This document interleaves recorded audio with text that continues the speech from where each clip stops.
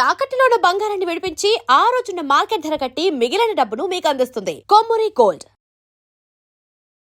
నమస్తే, మీరు చూస్తున్నారు వి మీడియా. H1B వీసాలో ఓ కీలకమైనటువంటి నిర్ణయం తీసుకున్నటువంటి అమెరికా కోర్టు. సో అదేంటి అనేది వీడియోలో తెలుసుకుందాం. అమెరికాలో ఉద్యోగం చేయాలని ఆశించే అంతర్జాతీయ నిపుణులకు, ముఖ్యంగా భారతీయ ఐటీ రంగానికి US న్యాయస్థానం భారీ ఊరటనిచ్చిందని చెప్పొచ్చు.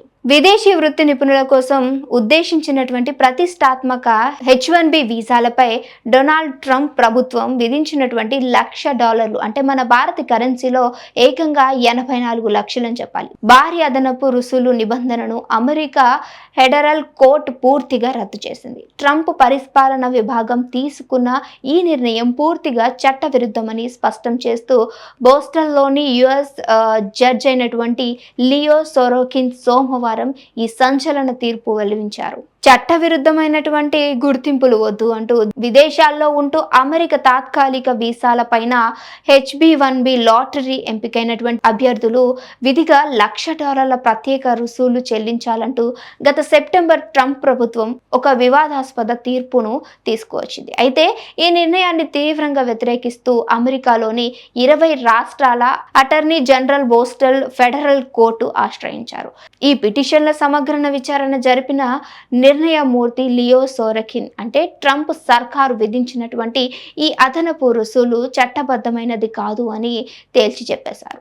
ప్రభుత్వం విధించినటువంటి ఈ భారీ వసూలు కేవలం ఒక సాధారణ పెనాల్టీ లేదా ఫీజు కాదు. ఇది నేరుగా ఒక పన్ను కిందకి వస్తుంది. అమెరికా రాజ్యాంగం ప్రకారం దేశంలో ఎలాంటి కొత్త పన్నులు విధించాలన్నా పార్లమెంట్ ఆమోదం తప్పనిసరి. అంటే కాంగ్రెస్ అనుమతి లేకుండా దేశ అధ్యక్షుడు సొంతంగా ఇలాంటి పన్నులు విధింపులపై నిర్ణయం తీసుకోలేరు అని జడ్జి స్పష్టం చేశారు. అందువల్ల ఈ ఫీజు నిబంధన చెల్లదంటూ కొట్టేశారు. భారతీయ టెక్కులకు దక్కినటువంటి భారీ ఊరట. అమెరికా కంపెనీల శాస్త్ర సాంకేతిక రంగాలలో విదేశీ ప్రతిభావంతులను నిర్ణయించుకోవటానికి H1B వీసాలపై ఎక్కువగా ఆధారపడతారు. ప్రతి ఏటా ఈ వీసాల ద్వారా అమెరికాకు వెళ్ళేటువంటి వారిలో అత్యధిక శాతం మంది భారతీయులే ఉంటారు. ఒకవేళ ట్రంప్ విధించినటువంటి $1,00,000 ఫీజు నిబంధన అమల్లోకి వచ్చి ఉంటే అభ్యర్థులతో పాటు వారిని నియమించుకునే కంపెనీలపై కూడా మోయలేని ఆర్థిక భారం పడేది.